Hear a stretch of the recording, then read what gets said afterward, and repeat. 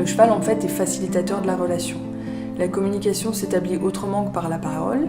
Il nous relie vraiment à notre langage primitif qui est celui de l'intuition. Cette rencontre permet aussi une temporalité plus lente, on se pose, on prend le temps, il n'y a pas d'enjeu de résultat, on n'est pas dans le faire. Donc on n'est pas dans les apprentissages équestres comme des centres équestres classiques, c'est vraiment la relation avec le cheval qui nous intéresse, d'être présent et engagé dans l'ici et le maintenant. Le cheval fait aussi lien avec la nature, avec laquelle il est intimement lié, et ça permet de prendre aussi conscience pour nous de nos besoins psychiques et physiques. En médiatisant ce contact, on va pouvoir faire des renvois, des observations à la personne en fonction de ce que nous dit le cheval. L'idée, c'est vraiment de mettre en lien la personne, le cheval, d'être attentif à la relation sans être trop interventionniste et que la personne puisse vraiment chercher, trouver des ressources en elle pour ensuite les transférer dans sa vie quotidienne.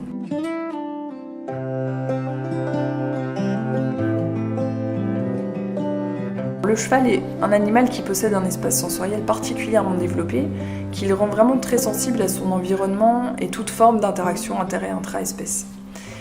Alors, il a différentes fonctions, donc ça peut être un support narcissique à la construction de soi, donc identité, confiance, valorisation, autonomie, responsabilisation.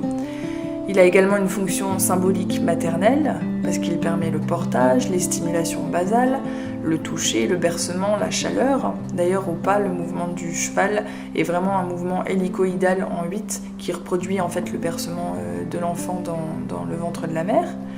La fonction symbolique paternelle également, donc tout ce qui est règles, codes, contenants, ouverture sur le monde, force, adaptation, prise de conscience de ses limites, qu'elles soient spatiales, tactiles ou comportementales, puisque le cheval reste toujours plus fort que nous, ce qui implique de trouver vraiment une relation qui est dans la confiance. Il y a également des fonctions affectives et relationnelles, donc la création de liens, le contact, le partage, l'objet transitionnel, libération des émotions. Les fonctions communicationnelles, que ce soit autant sur le plan verbal, donc la voix, les mots, les intonations, les intentions, et sur le non-verbal, donc le langage du corps, le regard, les postures, les énergies vibratoires, les gestes, les déplacements dans l'espace. Il y a également une fonction cognitive, donc sollicitation de la mémoire, la compréhension, l'ajustement, l'attention, la concentration, l'analyse, la persévérance. Ça permet aussi de trouver du sens aux apprentissages dans le concret, de redonner l'envie d'apprendre.